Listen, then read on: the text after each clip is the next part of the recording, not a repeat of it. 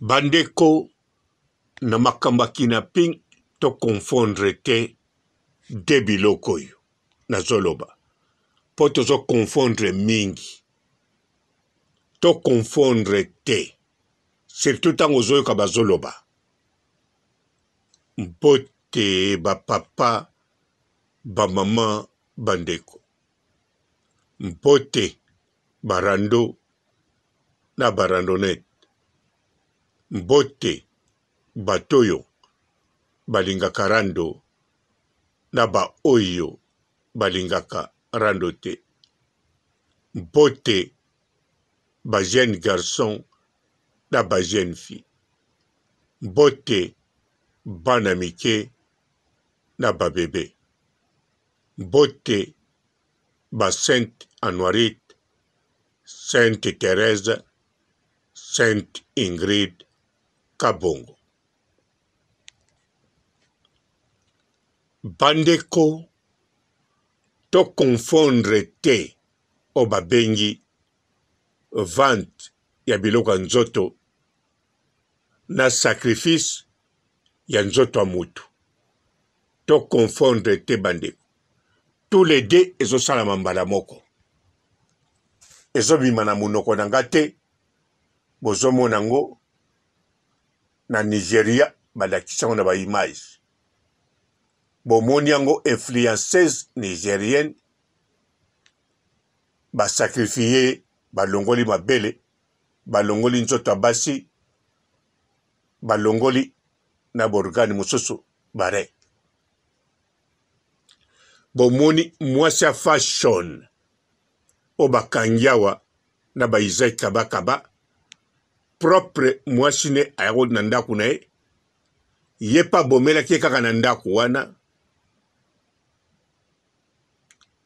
alongoli ye peka mabele, alongoli ye sabasi, alongoli ye biloko ya nzoto kaka sikoyo na 2023. Mon patron faisait le trafic d'organes. J'ai décidé de le dénoncer et aujourd'hui, il veut se venger. Écoute un peu cette histoire et puis toi en commentaire, dis-moi ce que tu penses de ça. Je travaille dans une boutique de pagne et ce que j'ai vu dans la boutique de pagne a changé ma vie à tout jamais. Je travaillais pour un monsieur indien et dans sa boutique, il utilisait sa boutique pour faire le trafic d'êtres humains. Au début, je ne savais pas. En fait, il avait ouvert la boutique juste pour blanchir l'argent du trafic d'organes. Et j'avais constaté que dans la boutique, dès qu'un certain style de femme arrivait là, si elle achète un pain de 50 000, lui il lui offre un pain de 85 000, sans se soucier des pertes, sans réfléchir. Parfois, il offre même 3 pains de 80 000. Elle achète un pain de 50 000, lui il offre 3 pains de 85 000. Et à chaque fois que les clientes venaient, je ne voyais jamais une cliente dans sa boutique plus de 2 fois. J'avais fait cette remarque-là. Lorsqu'une femme venait acheter le pain chez lui, il s'arrangeait à faire les cadeaux à la femme, à tout lui donner pour pouvoir avoir le numéro de la femme. Et quand il avait le numéro de la femme, je ne voyais plus les femmes là. Je ne pouvais pas voir une femme venir acheter le pain 2 fois dans notre boutique. Jamais, c'était jamais arrivé. Et jusque-là, je me doutais encore de rien. Je ne savais pas qui faisait le trafic en fait. Et puis un jour, il y a ma voisine du quartier que j'ai invitée à la boutique et tout. Que oh, viens aussi me faire la recette. C'est comment, viens voir là où je travaille et tout. Elle est arrivée, elle a acheté un pain de 100 000. C'était même plus de 100 000. Elle a acheté un pain de 100 000. Le monsieur lui a offert un pain de 200 000. Et puis ils ont commencé à causer Jean là. Et ils se sont échangés les contacts. 3 jours après, on recouvre le corps de ma voisine dans le quartier. Il n'y a plus les seins, il n'y a plus le sexe. Les doigts on a coupé, les yeux on a enlevé. On a enlevé certaines dents. J'ai été extrêmement traumatisée par cela. J'ai été extrêmement traumatisée par cela au point où j'ai fait 3 jours sans poser mon pied au bureau. Parce que c'est une voisine qui m'a beaucoup aidée. C'est une voisine avec qui je marchais beaucoup dans le quartier. Après cela, j'étais obligée de reprendre le travail puisque je vivais de ça. Alors un jour, j'étais au travail, peut-être 3 mois après, je reçois un message anonyme qui me dit « Fais attention, il y a le monsieur avec lequel tu travailles là, il fait le trafic d'organes. » Après, j'ai commencé à faire attention à mon boss. Et puis j'ai commencé à remarquer quelques petits trucs là. Donc avant je ne remarquais pas parce que je ne pouvais pas m'imaginer ce genre de choses. Je ne pouvais pas m'imaginer que ce genre de choses je pouvais vivre ce genre de choses en direct. Alors un jour, peut-être 3 à 4 mois plus tard, il m'invite, il me demande d'aller prendre un truc dans sa voiture. Il me donne les clés de la voiture et puis il me dit, va prendre telle chose dans ma voiture. Alors en partant, j'ouvre la portière de la voiture. J'ai une odeur bizarre. Une odeur terrible dont ça puait tellement. C'est comme ça que je prends ce que j'avais à prendre, je referme la voiture. Mais quand je suis partie remettre, ça a tiqué mon attention. C'est comme ça que j'ai dit au monsieur que j'ai oublié mon téléphone là-bas dans votre voiture, j'ai envie d'aller récupérer. Alors je prends, il me remet les clés de la voiture. Je descends pour prendre le téléphone. Bref, je faisais semblant. Alors quand j'ouvre la voiture, je me rends compte que l'odeur sort de la boîte à gants. Quand j'ouvre la boîte à gants, je vois 6 yeux dans un plastique emballé. J'ai crié. J'ai refermé la portière vite, j'ai fermé. Donc, j'ai bloqué la voiture. Je suis partie remettre les clés. Quand je pars remettre les clés comme ça, directement le soir, je suis partie voir un de nos voisins qui était anti-gants. Et puis, je lui ai expliqué la situation. Sauf que, quand je finis d'expliquer la situation, je lui dis, n'agis pas encore là maintenant. Non, ne commence pas encore. Attends un peu. Parce que moi, je préparais déjà un coup. Puisque bientôt, on devait faire les soldes du mois. Et généralement, les soldes du mois, là, c'est énormément d'argent. Donc, moi, j'avais à préparer mon coup que je vais frapper l'argent. Je pars, je fuis une fois. Je quitte le pays. Alors, on prépare et tout. On est en train de faire les soldes du mois et tout et tout. Le jour même là, c'est le jour là qu'on est venu le rafler. Quand on le rafle comme ça là, il y avait 11 millions placés devant moi. Je prends les 11 millions. Je fais un passeport, un visa. Vite fait, film, je quitte le pays. Lorsque je quitte le pays comme ça, mon ami, l'anti-gang là, me fait comprendre que par derrière, il a versé une grosse somme d'argent pour qu'on le libère et pour qu'il rentre dans son pays. Donc, apparemment, il vendait les organes des femmes. Donc, il coupait les seins, le sexe, il enlevait les yeux, certaines dents, parfois même les ongles des femmes pour aller revendre dans son pays. Et le monsieur, il dit que c'est un monsieur qui crave. Donc, il pratiquait énormément. Parce que même dans la boutique, il y avait les fétiches. Il y avait les fétiches un peu de partout. Donc, c'est comme ça qu'un jour, quand le monsieur, son ami lui a dit que le monsieur, lui, on l'a libéré, il est parti dans son pays. Donc, fais attention. J'ai commencé à recevoir des messages de menaces. Et puis un jour, le pire est arrivé. J'arrive dans mon appartement. Je vois un sac poubelle posé devant ma porte. Qu'est-ce que je vois? Le corps de ma petite soeur dans le sac poubelle. Je n'ai pas pu supporter, donc j'ai fondu. Je ne pouvais plus garder ça pour moi. J'ai raconté à qui voulait l'entendre. J'ai raconté ça partout.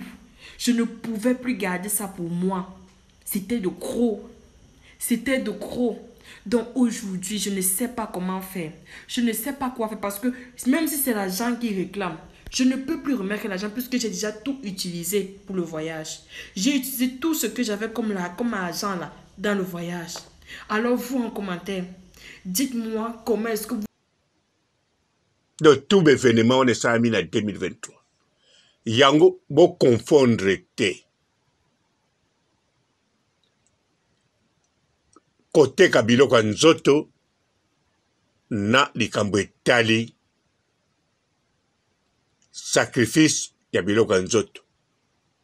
Po ba oyo bazolongola biloko ya nzoto po na sacrifice ya mutu, sacrifice humain, basalaka cérémonie. Toyebi te ntango balongolaka yango so bakangaki basinga, so badrogaka ye, soki babomaki liboso, toyebi ndenge ekendeke te. Me toyebi ba image emonani. Toyebi ezali biloko ezosalama ba pratique ezosalama alaini na Afrique te, me na Afrique soki likambo ekomi ewumelaka te ebimi na mokili. Me nga banda na ya na poto na yokaka esalamaka deja. Donc ebanda kala. Nga banda na yokango na ndima te bien sûr eleki deja ba 30 ans. Mais lokola tobanda koyokango esalamaka na mindele to ndima te. Alors moto mwindo pe ya bombaka te. Ayokaka pe somo te. Abangaka pe polisi te. Abangaka kuto moto moko te. Ndenge ndeko na biso millionnaire ya Nigérien. Asali yango na ndaku na ye. Atiki pe moto anga polela wana. Babetaka pe ba prière ba tournaka. Akimi na ye pe. Bazoluka na bango pe ete na justice. Alors mundela ko osala yango te. Soka sali yango fo nzoto mutu wana elimwa. Ata bakotumba ngo muke muke melimwa. Fashion pa salaki yango akundaki te. Nayebi te soki alaki na mutu akobwaki akoyede te.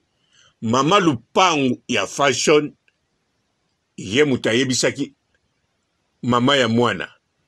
Alobi mwana na yo awa babomi ye na fashion.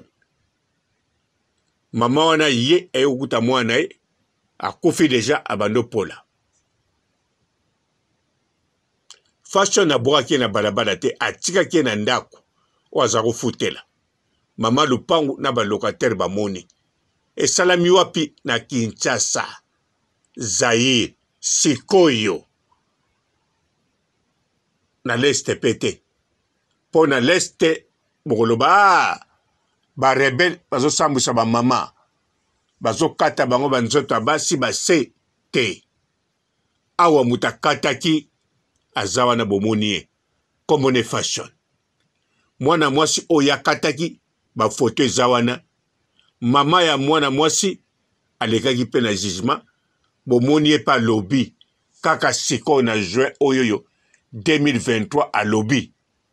Bozako na besoin botuna tekelekaki wapi mama ngwa salaka wapi mwasa fashion nga laki wapi fashion ngo nani lisolo ngo nani ngo betaki te eza sikoyo eza pe na internet eza pe na TikTok partout bo monango. Donc yango na bandeli bo confondre te vente ya biloko nzoto na sacrifice humain. Boko tuna soki fashion ye asalaki sacrifice humain. Siko poani aza pauvre. Soki zaki izai kabaka bato kondima. Meta mususu abandi sika. Siko tango aninga saba miracle po amvoama bokangi ye to abungisi bibeko. To abukaki mibeko moko boye. Obeta mususu ezalaki penza balongoli biloko nzoto bobosana te rein salaka 3 jours ezana na vie bakoko bomba ngo liso makasi esali pe 3 mois mais na ba glace simple do ba glace kako ba glaciation oteka na glacière okotiango ekozala bien 3 jours ezaka na température bien do bakoki nango.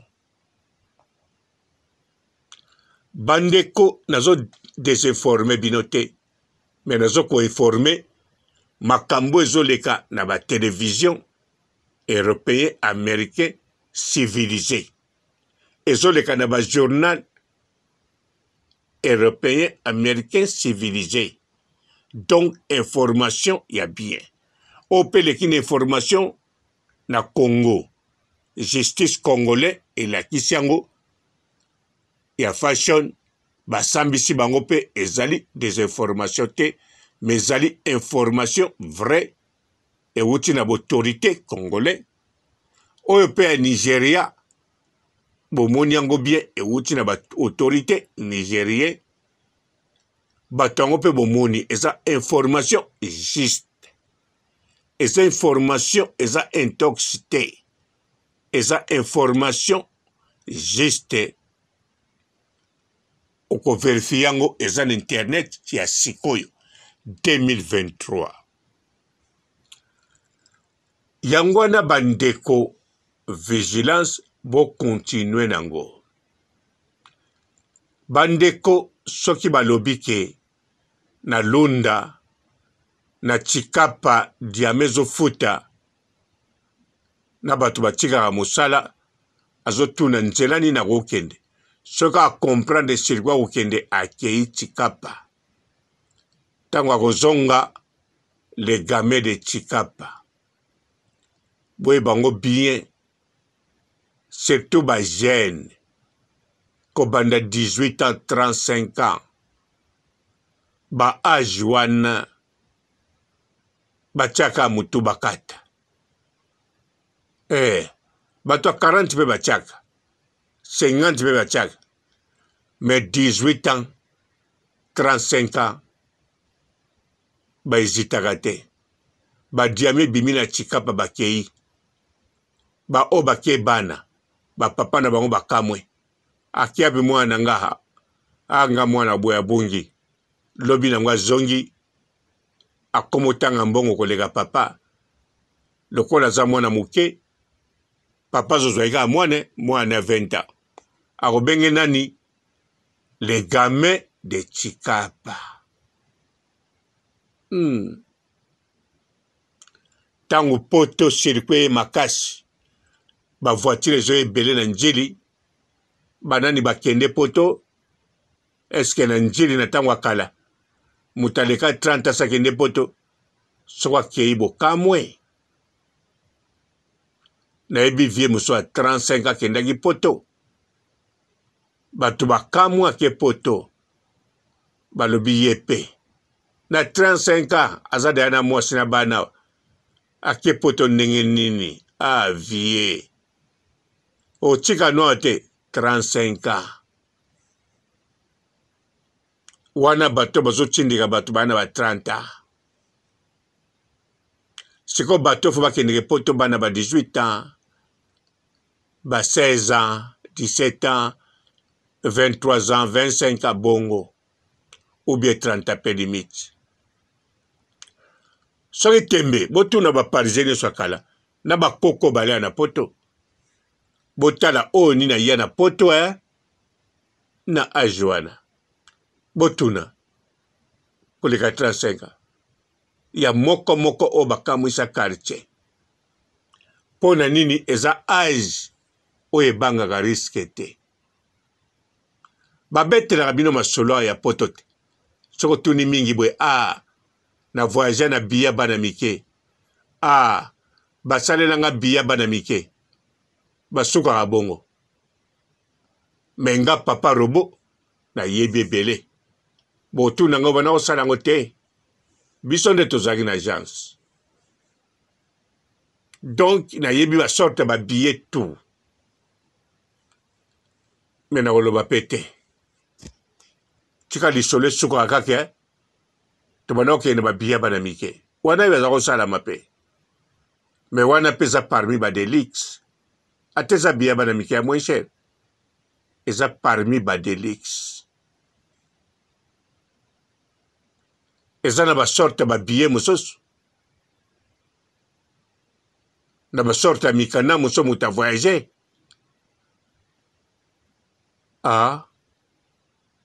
Yo moko kamwe.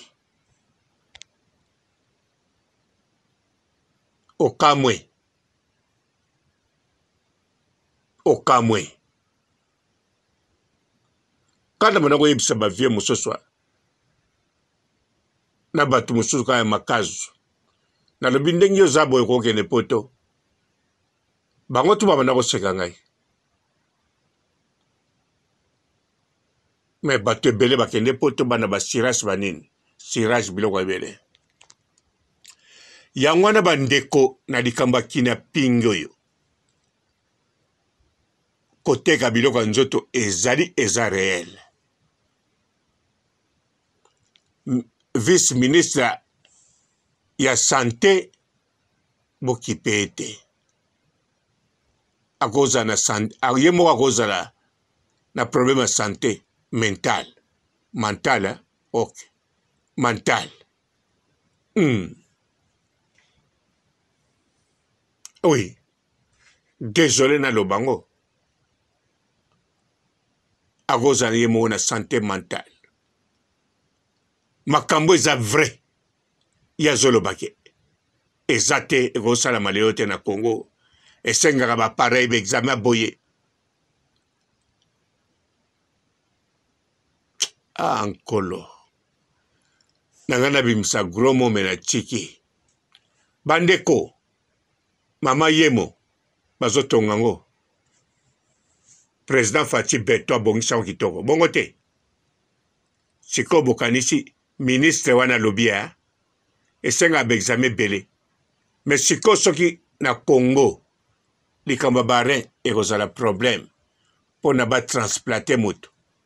Surtout ba examen nango kaka. Po ministre wana. Alobaki ba examen pambe ya somo.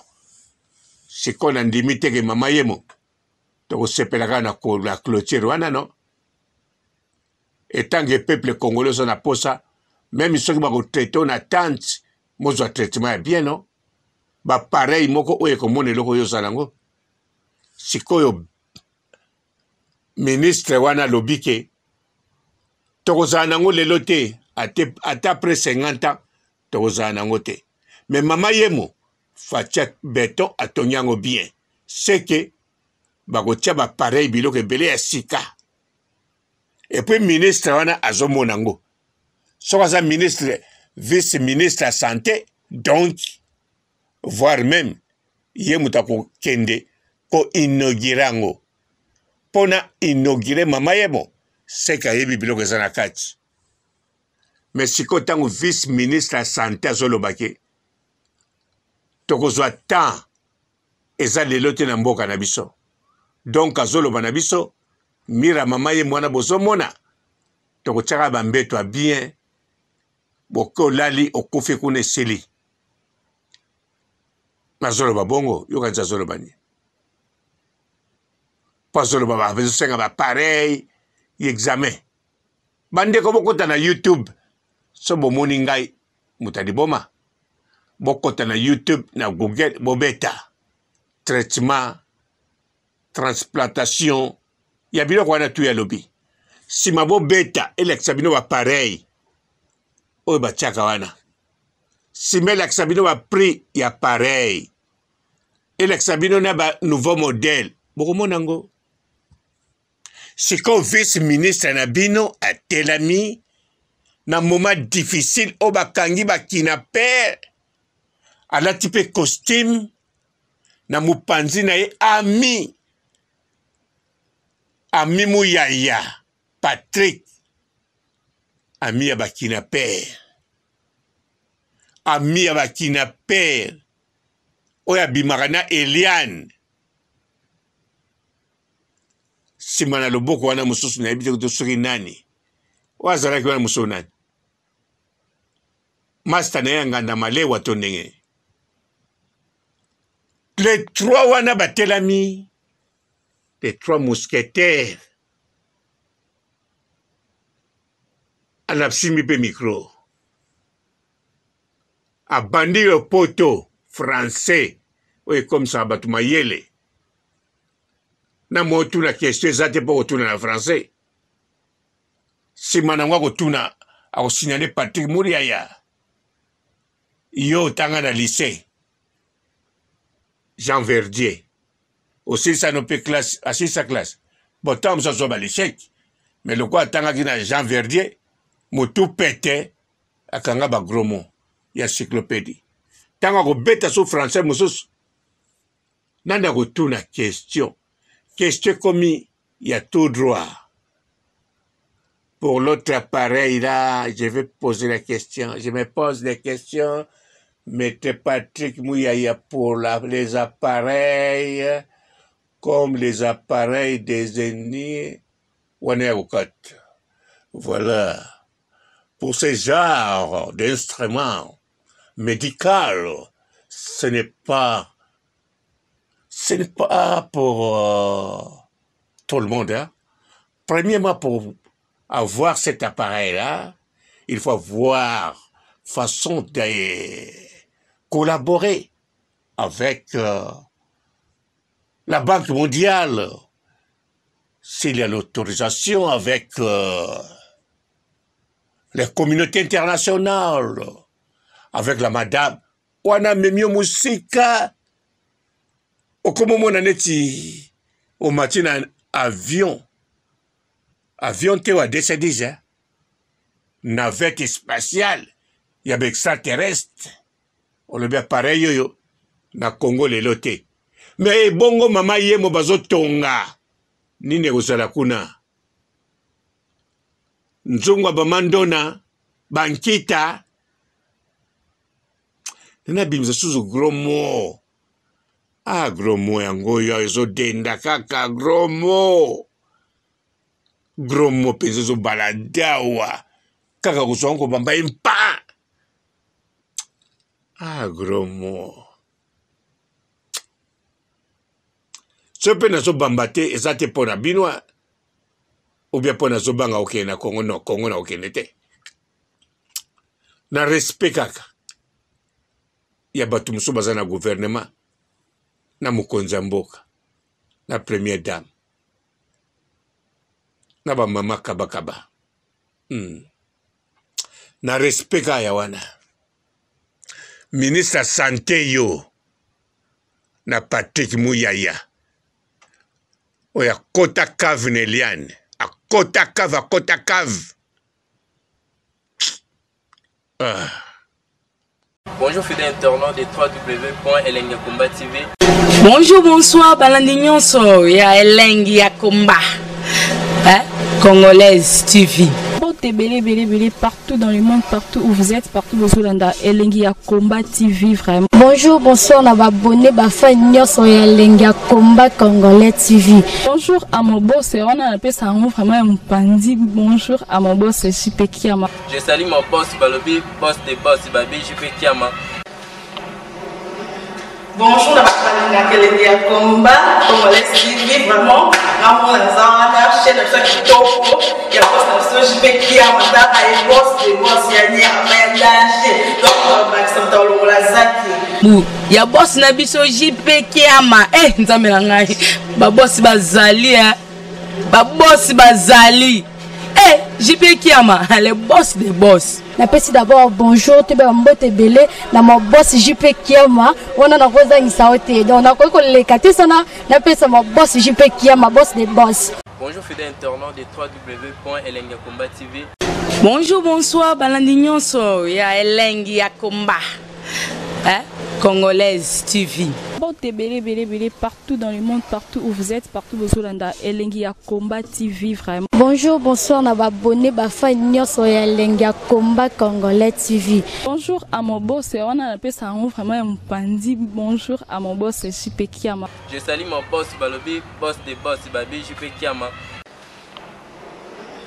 Bonjour, na Elengi Yakomba Congolais TV vraiment. Ramon Lazana, chaîne de ceux qui topo, il y a pas de JP Kiama, et boss des boss, il y a un danger. Donc, Maxime Talon Lazaki. Il y a boss Nabiso JP Kiama. Nzamelanga. Ba boss bazali, ba boss bazali. JP Kiama, le boss des boss. Napesi d'abord bonjour, tu es mbote belé, na mon boss JP Kiama, on a na rosa insaote. Donc on a quoi que les katisana, napesi mon boss JP Kiama, boss des boss. Belé partout dans le monde, partout où vous êtes, partout où vous êtes, Elengi Yakomba TV vraiment. Bonjour, bonsoir, on va abonner à Elengi Yakomba Congolais TV. Bonjour à mon boss, on a appelé ça vraiment un pandi. Bonjour à mon boss, JP Kiama. Je salue mon boss Balobi, boss des boss Babi, JP Kiama.